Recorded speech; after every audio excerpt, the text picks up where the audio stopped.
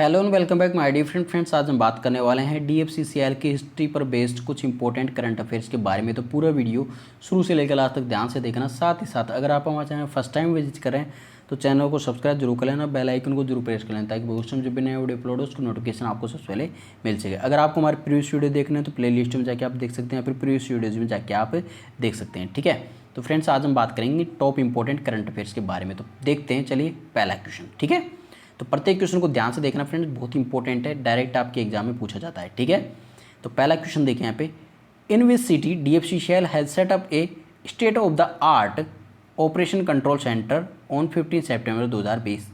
15 सितंबर 2020 को डीएफसीसीएल ने कहाँ पर state of the art technology पर बेस्ड ऑपरेशन कंट्रोल सेंटर बनाया या फिर स्थापित किया गया है डीएफसीसीएल के द्वारा। तो कौन सी जगह पे? तो यहाँ पे चार ऑप्शन आपके सामने दे रखे हैं। तो ये ऑपरेशन कंट्रोल सेंटर बनाया गया है, वो कहाँ पे बनाया गया है? प्रयागराज में, जो कि उत्तर प्रदेश में स्थित है। ठीक है, मतलब यूपी में स्थित है। तो आपका सी ऑप्शन बिल्कुल करेक्ट आंसर हो जाएगा। ठीक है, आंसर हो जाएगा आपका प्रयागराज। इसके बारे में और चीज़ें आपको मैं बता देता हूँ। देखिए, DFCCL has setup A state of the art operation control centre बनाया, जो कि state of the art technology पर ये बेस्ड है। ठीक है, एट प्रयागराज इन उत्तर प्रदेश। कहाँ पे बनाया गया है? प्रयागराज उत्तर प्रदेश में बनाया गया है। It is one of the biggest control centre of the world which will act as the command centre for the entire route. ठीक है, तो मतलब यह एक अपने आप में एक बहुत ही बड़ा कंट्रोल सेंटर है पूरे विश्व में।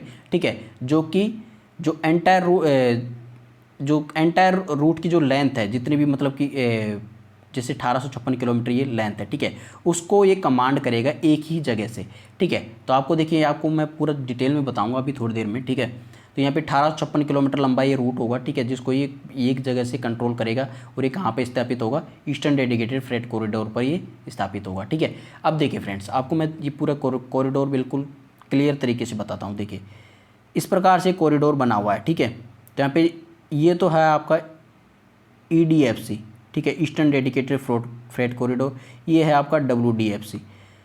जो आपका ये कंट्रोल सेंटर बना है वो प्रयागराज में बना है। ठीक है, तो यहाँ पे प्रयागराज में ये कंट्रोल सेंटर बन गया है। अब ये लाइनें आपकी जो बिछी हुई है, ठीक है, ये पूरी लाइनें बिछी हुई है। तो ये प्रयागराज से जितनी भी लाइनें वहाँ पे एक बिल्कुल यहाँ से इन सभी लाइनों को एक साथ कंट्रोल कर पाएगा। इतना बड़ा एक कंट्रोल सेंटर है। ठीक है, तो बहुत ही बड़ा है। मतलब कि अगर देखिए हम वर्ल्ड की बात करें फ्रेंड्स यहाँ पे ना, तो वर्ल्ड का ये दूसरे नंबर का सबसे बड़ा कंट्रोल सेंटर है। और पहले नंबर की अगर हम बात करें तो कहाँ पे स्थित है? चाइना में स्थित है। और चाइना में भी कौन से शहर में? शंघाई में। ठीक है, तो चाइना का शंघाई शहर है, वहाँ पे स्थित है वर्ल्ड का सबसे बड़ा कंट्रोल सेंटर। ठीक है, और दूसरे नंबर का जो कंट्रोल सेंटर है वो ये भारत में स्थित बनाया जा रहा है, जो कि प्रयागराज में स्थित है। ठीक है, जो ये फ्रेट कॉरिडोर है इसके लिए बनाया गया है, जितनी भी फ्रेट ट्रेनें हैं, ठीक है, उनके लिए बनाया गया है। तो आपको दोनों चीज़ें समझ में आ गई फ्रेंड्स, यहाँ पे बहुत इंपॉर्टेंट था, तो याद रखना है इसको। ठीक है, चलिए नेक्स्ट क्वेश्चन देखें यहाँ पे, in which state DFCCL had made world's first electrified double stack container tunnel in India. विश्व की first electrified double stack container tunnel India में कहाँ पे बनाई गई है? कौन से स्थान पर या फिर कौन से राज्य में बनाई गई है? ठीक है, जो कि डीएफसीसीएल के द्वारा निर्मित है। ठीक है, तो यहाँ पे आंसर होगा, यहाँ पे चार ऑप्शन आपके सामने दे रखे हैं, आपको पता हो तो बता दीजिए, अगर नहीं पता है तो कोई बात नहीं, सुनिए।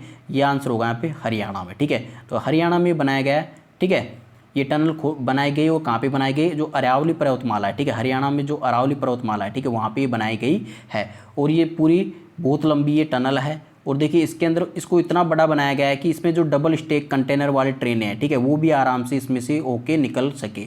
और जो भी इलेक्ट्रीफाइड टनल बनाई गई है, कहने मतलब कि जो ट्रेनें गुजरेंगी इसमें होके, वो सभी इलेक्ट्रिक चालित, मतलब कि जो विद्युत से चलने वाली ट्रेनें हैं वो होंगी। ठीक है, तो देखिए डबल स्टेक कंटेनर मतलब कि डबल मंजिला के जो कंटेनर होते हैं। ठीक है, आपने देखा होगा ट्रेन आजकल इस प्रकार के कंटेनर लेके जाती है, एक के ऊपर एक कंटेनर बिछा के लेके जाती है। ठीक है, तो ये डबल कंटेनर वाली ट्रेन चलेगी और उसके ऊपर होके भी ये जो आपकी इलेक्ट्रिक लाइन है वो बिछी होगी। कहना मतलब देख लीजिए कितना बड़ा ये टनल होगा अरावली पर्वतमाला के बीच में होके। ठीक है, तो देखिए बहुत बड़ा ये टनल है, तो जो कि वर्ल्ड का first electrified double stack container tunnel है।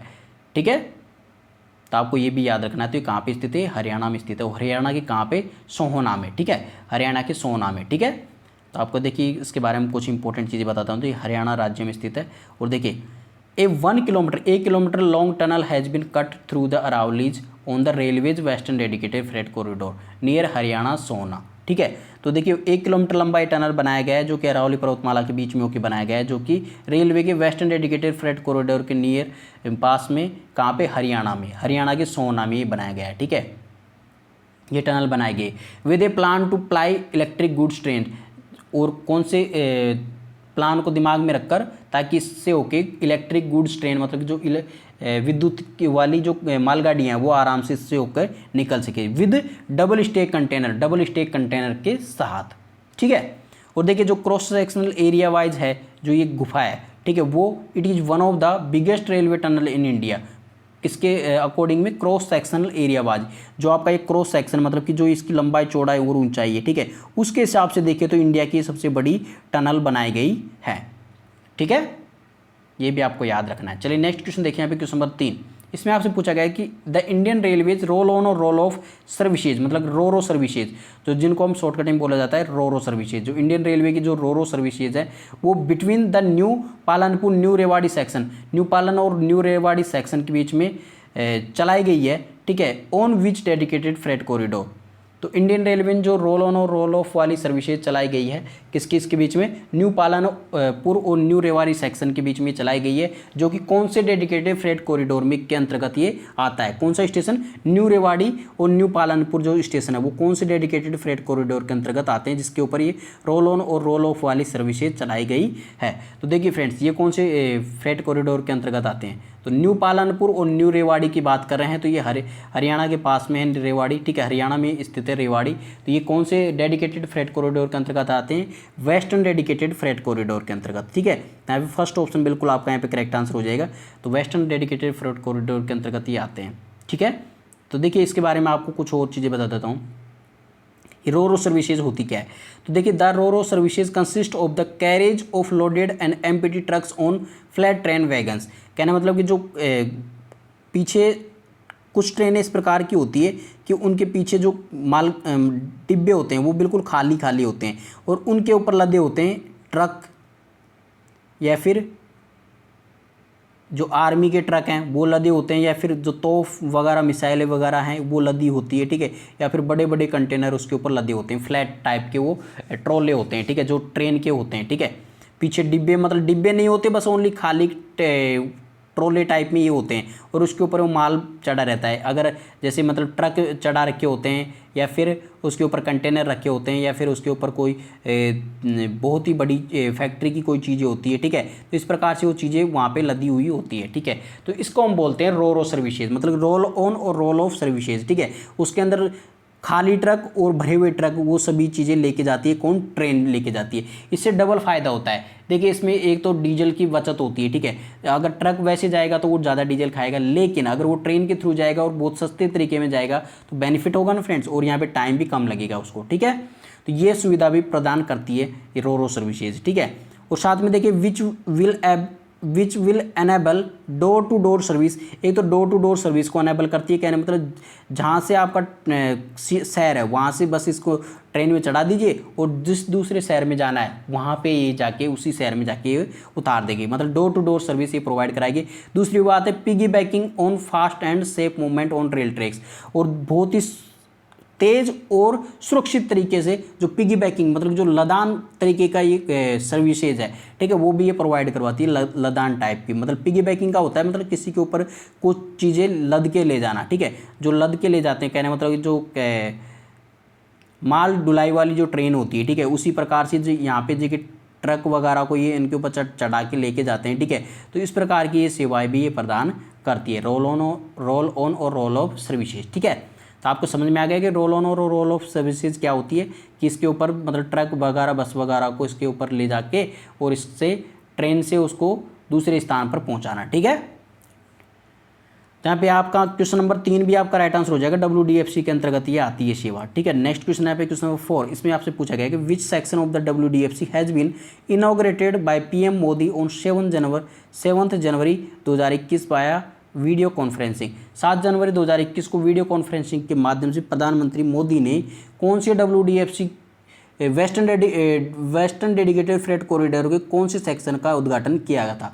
ये आपसे पूछा गया है यहाँ पे ना। तो उद्घाटन का नाम, वो उद्घाटन किया गया था WDFC का वो सेक्शन था, वो कौन सा था, तो वो था फ्रेंड्स यहाँ पे न्यू रेवाड़ी न्यू मदार सेक्शन, ठीक है। तो यहाँ पे सी ऑप्शन बिल्कुल करेक्ट आंसर आपका यहाँ पे हो जाएगा, ठीक है। तो न्यू रेवाड़ी और न्यू मदार जो सेक्शन था उसका यहाँ पे इनॉग्रेशन किया गया था प्रधानमंत्री नरेंद्र मोदी के द्वारा कितनी तारीख को, 7 जनवरी 2021 को, और किसके द्वारा किए गए थे, वीडियो कॉन्फ्रेंसिंग के द्वारा ये उद्घाटन किया गया था। तो आपको याद रखना है कि न्यू रेवाड़ी और न्यू मदार सेक्शन का, ठीक है, कितने तारीख को, 7 जनवरी को। डायरेक्ट एग्जाम में पूछा जाएगा कि 7 जनवरी 2021 को न्यू रेवाड़ी और न्यू मदार सेक्शन का यहाँ पे इनॉग्रेशन किया गया था, ठीक है, जो कि वेस्टर्न डेडिकेटेड फ्रेट कॉरिडोर के अंतर्गत ये आता है। देखिए यहाँ पे इसके बारे में आपको और चीज़ बता देता हूँ।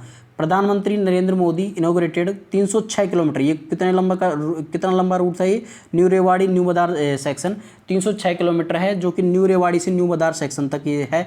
और of the western dedicated freight corridor, जो WDFC कॉरिडोर है, ठीक है, उसका ये सेक्शन है, कहाँ से, न्यू रेवाड़ी से न्यू मदार, और टोटल लेंथ इसकी कितनी है, 306 किलोमीटर, ठीक है। और इसको किसके द्वारा किया गया था कॉन्फ्रेंसिंग, ये वीडियो के माध्यम से की गई कॉन्फ्रेंसिंग थी, जो कि 7 जनवरी 2021 को आयोजित की गई थी, ठीक है।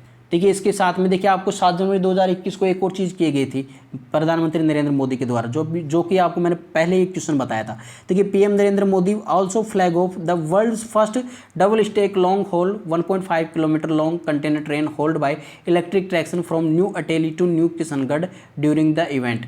जो डबल स्टेक कंटेनर ट्रेन है, ठीक है, उसको भी हरी झंडी दिखाई थी, जो कि 101.5 किलोमीटर लंबी ये ट्रेन थी, जो कि डबल कंटेनर वाली थी, ठीक है। डबल कंटेनर वाली 1.5 किलोमीटर की जो ट्रेन थी उसको भी हरी झंडी दिखाई थी प्रधानमंत्री नरेंद्र मोदी जी ने, ठीक है, इसी तारीख को 7 जनवरी 2021 को, ठीक है। तो आपको दोनों ही चीज़ें याद रखनी है, जो कि 1.5 किलोमीटर लंबी थी और ये कहाँ से कहाँ तक के बीच में चली थी, न्यू अटेली से न्यू किशनगढ़ के बीच में चली थी, न्यू अटेली जंक्शन से न्यू किशनगढ़ जंक्शन के बीच में चली थी, जो कि WDFC का ही एक हिस्सा है, किसका, वेस्टर्न डेडिकेटेड फ्रेट कॉरिडोर का, ठीक है। इंपॉर्टेंट है, याद रखना। डबल स्टेक, वर्ल्ड की पहली double stack long haul 1.5 kilometre long container train थी, जो ये चलाई गई थी, जो कि इलेक्ट्रिक द्वारा ये चलाई गई थी, ये भी आपको याद रखना है, इलेक्ट्रिक ट्रैक्शन, ठीक है। कौन सी ट्रैक्शन से चली थी ये, इलेक्ट्रिक ट्रैक्शन, मतलब विद्युत कर्षण के तहत, ठीक है, याद रखना। नेक्स्ट क्वेश्चन देखिए यहाँ पे क्वेश्चन नंबर 5। क्वेश्चन नंबर 5 में आपसे पूछा गया है कि which section of the EDFC has been inaugurated by प्रधानमंत्री मोदी ऑन 29 दिसंबर 2020। 29 दिसंबर 2020 को कौन से सेक्शन का इनॉग्रेशन किया गया था प्रधानमंत्री नरेंद्र मोदी के द्वारा, जो कि EDFC का एक पार्ट था, मतलब कि जो ईस्टर्न डेडिकेटेड फ्रेट कॉरिडोर है उसके सेक्शन था, ठीक है। तो वो कौन सा सेक्शन था, ये आपसे पूछा गया है यहाँ पे। तो यहाँ पे आंसर होगा new Bhavpur new Khurja section, ठीक है। तो फर्स्ट ऑप्शन आपका यहाँ पे करेक्ट आंसर हो जाएगा, new Bhavpur new Khurja section, first option बिल्कुल करेक्ट आंसर आपका यहाँ पे हो जाएगा, ठीक है, जो कि EDFC के अंतर्गत आता है, न्यू भावपुर और न्यू खुर्जा, ठीक है, जिसका 29 दिसंबर 2020 को उद्घाटन इनॉग्रेट किया गया था इसको, ठीक है। उद्घाटन किया गया था किसके द्वारा, प्रधानमंत्री नरेंद्र मोदी के द्वारा किया गया था, ठीक है। तो ये सेक्शन कौन सा था, न्यू भावपुर से न्यू खुर्जा सेक्शन था, ठीक है। चलिए अब इसके बारे में डिटेल देख लेते हैं। देखिए प्रधानमंत्री Narendra Modi inaugurated 351 kilometre long new Bhavpur new Khurja section of the eastern dedicated freight corridor on 29 दिसंबर 2020। तो ये 351 किलोमीटर लंबा ये सेक्शन था। इंपॉर्टेंट है, ये भी आपको याद रखना है कि 351 किलोमीटर लंबा ये सेक्शन था, जो कि कहाँ से कहाँ तक था, न्यू भावपुर से न्यू खुर्जा तक था, ठीक है। और जो कि EDFC के अंतर्गत ये आता है, ईस्टर्न डेडिकेटेड फ्रेट कॉरिडोर के अंतर्गत आता है, और इसका 29 दिसंबर 2020 को इसका इनॉग्रेशन किया था नरेंद्र मोदी के द्वारा, ठीक है। आपको ये भी चीज़ याद रखनी है। नेक्स्ट देखते हैं क्वेश्चन नंबर 6 देखिए, the DFCCIL will run freight trains with the maximum speed of. जो DFCCIL है उनकी जो फ्रेट ट्रेन है, जो माल ढुलाई वाली ट्रेन है, ठीक है, वो मैक्सिमम स्पीड कितनी से चलेगी, तो ये मैक्सिमम स्पीड जो इनकी होगी वो होगी 100 किलोमीटर पर आवर, ठीक है। ये तो मैक्सिमम मतलब इतनी तेज़ स्पीड से चल सकती है, लेकिन जो इनकी एवरेज स्पीड है वो होगी 75 किलोमीटर पर आवर, ठीक है। तो आपसे मैंने पूछा है कि यहाँ पे मैक्सिमम स्पीड कितनी हो सकती है उनकी, तो मैक्सिमम स्पीड का लिए आंसर होगा यहाँ पे 100 किलोमीटर पर आवर, ठीक है। तो 100 किलोमीटर पर आवर होगा। अगर आपसे एवरेज स्पीड अगर वहाँ से पूछा जाए, ठीक है, एवरेज स्पीड, ठीक है, तो 75 किलोमीटर प्रति घंटा की स्पीड से एवरेज स्पीड इसकी चलेगी। तो आपको दोनों ही चीज़ें याद रखनी है, ठीक है फ्रेंड्स। तो मैक्सिमम स्पीड कितनी होगी 100 किलोमीटर पर आवर। तो डी ऑप्शन बिल्कुल आपका करेक्ट आंसर हो जाएगा। नेक्स्ट क्वेश्चन आपसे पूछा गया था who is funding for DFCCIL, DFCCIL के लिए फंडिंग कौन कर रहा है, ये आपसे क्वेश्चन पूछा जा सकता है, बहुत ही ज़्यादा इंपॉर्टेंट है। ठीक है, तो देखिए DFCCIL को दो चीज़ें सबसे ज़्यादा फंडिंग कर रही है, वो है पहले नंबर पर है वर्ल्ड बैंक, मतलब पहले नंबर पर नहीं बोल सकते लेकिन पहली है वर्ल्ड बैंक और दूसरी है जीका। ठीक है, तो वर्ल्ड बैंक ने $1.86 बिलियन का कर्ज दिया है और जो जीका है, ठीक है, तो Japan international company of agency, ठीक है, तो ये इसने है जो $5.2 बिलियन का जो फंड है वो दिया है। ठीक है, तो यहाँ पे दोनों ही चीज़ें आपको याद रखनी है, एक तो जीका और एक वर्ल्ड बैंक। तो आंसर होगा यहाँ पे बोथ ए एंड बी। तो funding who is funding for DFCCIL, तो DFCCIL के लिए फंडिंग कौन कर रहा है, तो यहाँ पे वर्ल्ड बैंक और जीका दोनों साथ साथ में कर रहे हैं। ठीक है, इनके बारे में देखिए इंपॉर्टेंट चीज़ आपको और बता देता हूँ मैं आपको। ठीक है, यहाँ पे ए एंड बी आपका राइट आंसर हो जाएगा। तो देखिए the eastern and western dedicated freight corridor entails an investment of $12 billion, तो $12 बिलियन का इन्वेस्टमेंट इसके ऊपर किया जा रहा है with the world bank and Zika Japan international cooperation agency. Zika की फुल फॉर्म क्या होगी, जापान इंटरनेशनल कोऑपरेशन एजेंसी। ठीक है, partially funding the project with around $1.86 billion and 5.2 billion respectively. मतलब जो जीका है वो कर रही है $5.2 बिलियन। ठीक है, और जो वर्ल्ड बैंक है, वर्ल्ड बैंक कर रहा है यहाँ पे वर्ल्ड बैंक वो कर रहा है इन्वेस्ट कितना $1.86 बिलियन का ये लोन दे रहा है। ठीक है, और जो जीका है वो कितने दे रही है, $5.2 बिलियन का लोन दे रही है। ठीक है, तो आपको दोनों ही चीज़ें आपको याद रखनी है, वर्ल्ड बैंक और जीका। जीका की फुल फॉर्म भी पूछी जा सकती है, तो जापान इंटरनेशनल कॉर्पोरेशन एजेंसीज की फुल फॉर्म होती है। तो दोनों ही फंडिंग कर रहे हैं। नेक्स्ट क्वेश्चन आपका यहाँ पे बहुत ही ज़्यादा इंपॉर्टेंट है क्योंकि एग्जाम में पूछा जाएगा डेफिनेटली। देखिए DFCCIL has decided to terminate a contract of worth 471 crore with which Chinese company due to poor progress of the work. ठीक है, मतलब कि काम जो poor progress of the work की वजह से, मतलब काम बहुत ही धीमे करने की वजह से जो DFCCIL है उसने अपना जो कॉन्ट्रैक्ट है वो टर्मिनेट कर दिया, मतलब ख़त्म कर दिया है, जो कि 471 करोड़ का था। ठीक है, और वो कौन सी कंपनी के साथ, कौन सी चाइनीज कंपनी थी जिसके साथ में ये कॉन्ट्रैक्ट खत्म किया गया है, ये आपसे पूछा गया है। ठीक है, तो आंसर होगा यहाँ पे चाइनीज कंपनी का नाम था Beijing national railway research and design institute. ठीक है, तो ये आपका बिल्कुल करेक्ट आंसर यहाँ पे हो जाएगा। उस कंपनी का नाम था Beijing national railway research and design institute. ठीक है, जिसके साथ में DFCCIL ने कॉन्ट्रैक्ट खत्म कर दिया है। ठीक है, और इसके बारे में और इंपॉर्टेंट चीज़ आपको बता देता हूँ। देखिए इससे किस प्रकार से कॉन्ट्रैक्ट किया गया था और किस प्रकार से इसमें क्या चीज़ थी। ठीक है, तो the contract for signalling and telecommunication work for 417 kilometre section from Kanpur to Mughalsarai on eastern dedicated freight corridor was awarded to Beijing national railway research and design institute of signal and communication group in 2016। तो देखिए 2016 में जो signalling और tele communication का जो काम था, जो कि 417 किलोमीटर लंबा ये कार्य था, जो कि कानपुर से मुगलसराय तक यहाँ पे बनना था EDFC के ऊपर, जो ईस्टर्न डेडिकेटेड फ्रेट कॉरिडोर है उसके ऊपर ही बनना था। ठीक है, इसको जो चाइनीज कंपनी थी Beijing national railway research and design institute of signal and communication, इसको ये कॉन्ट्रैक्ट दिया गया था। कब दिया गया था, 2016 में दिया गया था। ठीक है, और इससे बोला गया था कि आपको 4 साल में पूरा कंप्लीट करना है। ठीक है, लेकिन इन्होंने 4 साल में मात्र 20% ही कार्य उसका किया था। ठीक है, कहना मतलब कि जो पूरा काम था उसका 20% ही इन्होंने कंप्लीट किया था। ठीक है, तो उसकी वजह से जो इसका कॉन्ट्रैक्ट था उसको टर्मिनेट कर दिया गया। ठीक है, 417 किलोमीटर बनाया गया था, इसका 20% ही आपको सोचिए कि अगर आपको बना के दिया जाए तो कितना किलोमीटर होगा, मतलब कि ज़्यादा से ज़्यादा थोड़ा सा किलोमीटर बस। ठीक है, तो यहाँ पे 417 किलोमीटर का बस 20% कार्य ही उन्होंने कंप्लीट किया था, जो कि सिग्नलिंग और टेलीकम्युनिकेशन का एक कार्य उनको सौंपा गया था। तो ये कंप्लीट हुआ नहीं, तो यहाँ पे टर्मिनेट इसको कर दिया गया। ठीक है, देखिए इसमें यहाँ पे देर का है कि as per the Indian railways despite passage of 4 years only 20% of work has been completed, मतलब कि 20% वर्क भी कंप्लीट हुआ था, जो कि 4 साल बीत गए थे। ठीक है, ये कॉन्ट्रैक्ट दिए हुए। ठीक है, तो फिर इसको टर्मिनेट करना पड़ गया। ठीक है, चलिए नेक्स्ट क्वेश्चन देखिए यहाँ पे question number 9, who is first chairman and CEO of railway board. तो रेलवे बोर्ड का प्रथम चेयरमैन और CEO किसे नियुक्त किया गया, तो प्रथम चेयरमैन और CEO अभी हाल ही में नियुक्त किया गया था और उनका कार्यकाल भी समाप्त हो गया। ठीक है, तो देखिए आंसर होगा यहाँ पे विनोद कुमार यादव, वीके यादव को चेयरमैन एंड सीईओ बनाया गया था रेलवे बोर्ड का, ठीक है, हाल ही में, ठीक है, और उनका कार्यकाल भी खत्म हो गया है, ठीक है, क्योंकि फर्स्ट चेयरमैन एंड सीईओ थे किसके, रेलवे बोर्ड के। बहुत इंपॉर्टेंट है, याद रखना, वीके यादव, ठीक है, विनोद कुमार यादव।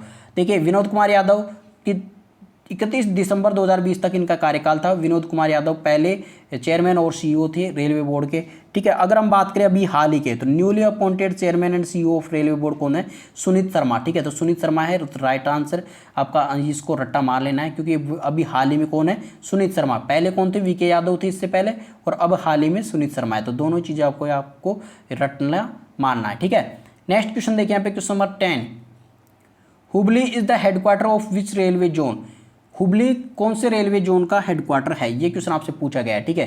तो देखिए हुबली है जो साउथ वेस्टर्न रेलवे का हेडक्वार्टर है, ठीक है, कौन से रेलवे का, साउथ वेस्टर्न रेलवे का हेडक्वार्टर है हुबली में, ठीक है। तो यहाँ पे सी ऑप्शन बिल्कुल करेक्ट आंसर आपका हो जाएगा। तो फ्रेंड्स ये टॉप 10 क्वेश्चंस थे, इसके आगे वाले क्वेश्चंस हम नेक्स्ट वाले वीडियो में करेंगे। आज के लिए तो बस इतना सा ही। आई होप आज की वीडियो आप सभी को पसंद आएगी। अगर वीडियो पसंद आए तो उसको लाइक कमेंट और शेयर जरूर करना। चैनल पर फर्स्ट टाइम विजिट करें तो चैनल को सब्सक्राइब करना मत भूलना। तो चलिए फ्रेंड्स मिलते हैं अगले वीडियो के साथ, तब तक take care and God bless you all, bye.